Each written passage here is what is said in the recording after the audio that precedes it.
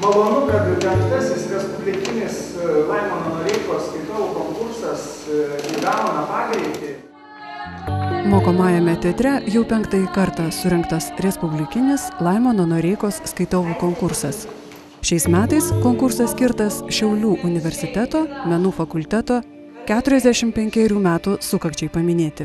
Pirmas toks nedidelis jubiliejus. Aišku, labai džiaugiamės, nes tie 5 metai greit praėjo ir kad mes pasieksime, kad bus 5, tai tikrai labai džiaugiamės. Konkurse tradiciškai buvo vertinamas poezijos, prozos, humoristinių kūrinių, tarminis skaitimas ir meninės kompozicijos. Šiais metais pagerbtas tautos dainius Maironis, jo eilių skaitimas vertintas atskirai.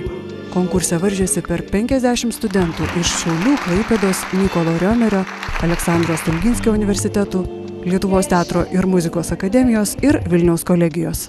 Tai yra vienintelis toks konkursas studentijai, nes moksleiviai turi skaitovų konkursus, nežinau, gal ir mažesni turi, bet studentams nėra tokio konkurso ir mes kviečiame visas aukštasias mokyklas ir kai pradžioje mes galvom, kad čia tik teatro krypties galėtų ir netgi amžinatilsį Staliliūnaitė lyg tai yra pabrėžusi, kad gali skaityti tik teatralai, bet mes tikrai dabar jau kelinti metai nuo to atitrūkome, nes matome, kad yra labai stiprių.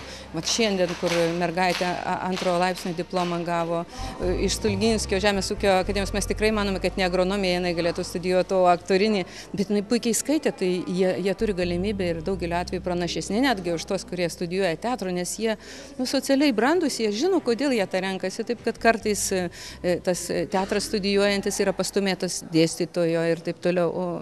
Tai yra labai vertinga, neabejotinai, kad dalyvauja bet kokios aukštosios mokyklos studentai. Labai norėjau išbandyti savo jėgas skaitovų konkurse, nes buvau dalyvavus mokykloje, buvo labai įdomu pabandyti tarp universitetų sudalyvauti tokiam renginį. Buvo baisu? Pats pirmas užlipimas buvo tikrai baisus, bet antrą kartą lipant sakyti prozą jau buvo drąsiau ir patiko labai. Skaičiau Maironį, pasirinkau studiją eilėraštį ir skaičiau Antano Jonino Aš ir mano šuo. Taip, nes eilėraštis turi vis tiek eiti per širdį, per visą kūną žmogaus ir turi su juo susitapatinti, susigyventi, tapti kaip šeimos narys, vos ne taip. Ir ji turi tiesiog gyventi tavyje, poeziją, prozą ar satyrą. Ir nuo 2 klasės, iš tikrųjų, iki pat 12 klasės esu dalyvavus ir širdyje visi eilėraščiai, visi skaitovų konkursai kažkaip likė.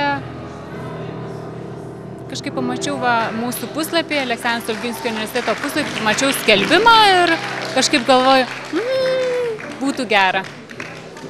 Buvo sunku rinktis, ką skaityti? Ne. Norėjau iš tikrųjų skaityti Salomėją Nėrį, bet supratau, kad Justinui Marcinkevičiui esu pribrendus. Nes kai pasakė, kad visam kursai darysim Maironio kompoziciją, tai mes visas kursas, ne, tik ne Maironį. Bet kodėl? Kai pradėjom, kodėl? Nes ta visa tokia perdėta patriotizmas ir nuo 1 klasės tau mušami eilėraščiai, Trakų pilis ir tie visi, jie tampa banalu mums, jaunimui. Ir kai mes pradėjom daryti šitą kompoziciją, mes iš tikrųjų radom mums patinkančių šitų eilėraščių ir ypač tokie su ironija, kurie buvo. Taip visai kitaip pasižiūrėti Maironį. Taip, kas matė, tai matė. Nes ir sugebėjome parepuoti Maironio žodžiais ir pamušti ritmą. Ką skaitai? Danutė Kalinauskaitė Mieste proza. Kodėl pasirinkai tokį kūrinį? Nes man gal tiesiog labai aktuali ta tema, nes aš pati atvažiavau iš rajonų studijuoti į miestą ir galbūt man tai buvo labai priimtina, nes tai buvo apie mergaitę pasakojimą, kurie atvažiavo į miestą ir kuriai visko buvo labai daug ir buvo labai sunku pritapti. Stovi ant scenos ir pasakoja apie save? Jo, iš tiesų mano proza buvo išpažintis. Tiesiog mano išpažintis. Mano vidaus, mano nuomonės, mano išgyvenimų, mano emocijų. Aš skaičiau Maironio 3 eilėraščius Viltį, Mergaitė ir Vasaros naktis. Kodėl? Todėl, kad Maironio metai ir kažkaip tai buvo proga pasižiūrėti į šį nudainuotą poetą visiškai kitaip, atrasti jame žmogų, ne tik kunigą ar tik tai programinius dalykus, kuriuos mes ėjome mokykloje, o atrasti tikrą jautrumą ir žmogiškumą ir kas būtų artima kiekvienam žmogui, kiekvienam jaunam žmogui.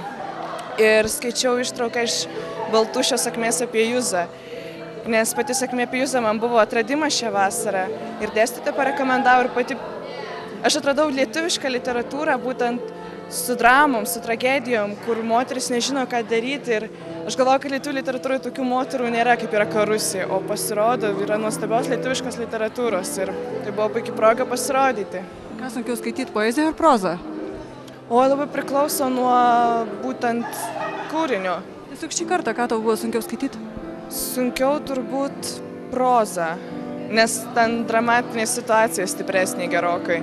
O poezija šiaip guli viduj ir jinai išsprogsta, kai reikia. Galbūt, ne galbūt, o iš tikrųjų jaučiu džiaugsmą, tokį palengvėjimą viduj. Gal net ne tie žodžiai, bet apima geras jausmas.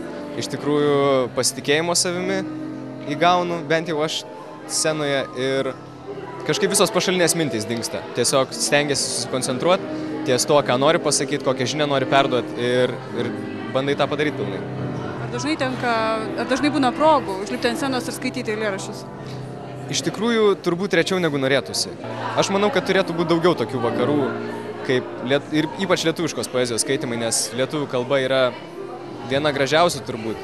Ir poetinė kalba lietuvių yra labai labai turtinga, mes turim puikių poetų, dar kurie yra gyvi ir tie, kurie jau išėję, bet mes turim tiesiog didžiulį lobyną. Ir tai yra, neskaitant visų meninių šakų, kurios yra studijuojamos, yra ganėtinai užmiršta paprasto žmogaus. Ir galbūt kas nors sakytų, kad paprastam žmogui tos poezijos ir nereikia, bet aš manau, kad vienaip ar kitaip jinai duoda, nes jeigu tu galbūt nesupranti žodžio, tu pajausi jausmą. Arba jeigu nepajausi jausmo, pamastysi apie tai, ką žodis neša. Ir tiesiog reikia didžiuotis to, ką turim, o neverkti dėl to, ko neturim, aš manau. Vertinimo komisijai šiemet vadovavo Panevėžio dramos teatro aktorius Albinas Kelleris. Pirmą kartą aš esu pakviestas į komisijos pirmininką, tai aš pirmą kartą čia esu dalyvavęs, bet aš esu dėstęs ir išleidęs pirmąją laidą šitame Alma Mater šitoje. Tai sėdėjote salėje su tam tikrais sentimentais? Be jokios abejonės. Ir aš žiūriu, kiek dabar viskas pasikeitė, kiek truputį ir salė išgražėjus, ir tie, jaunimas visada yra puikus, nuostabus, talentingas ir kūrybiškas. Ir labai man paliko gerą įspūdis ir toks laisvas, žaismingas ir talentingas.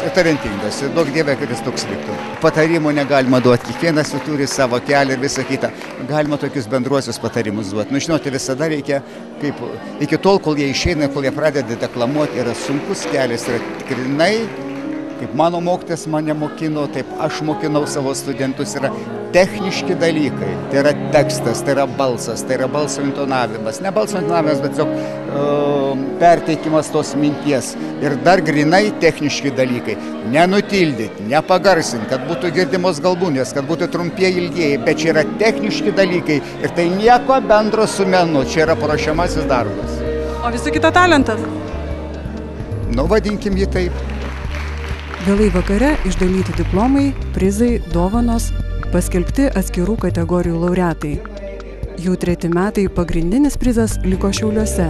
Šį kartą geriausia skaitove pripažinta Šiaulių universiteto menų fakulteto estrados meno studijų programos 3-kursė Gintarė Daniusevičiūtė.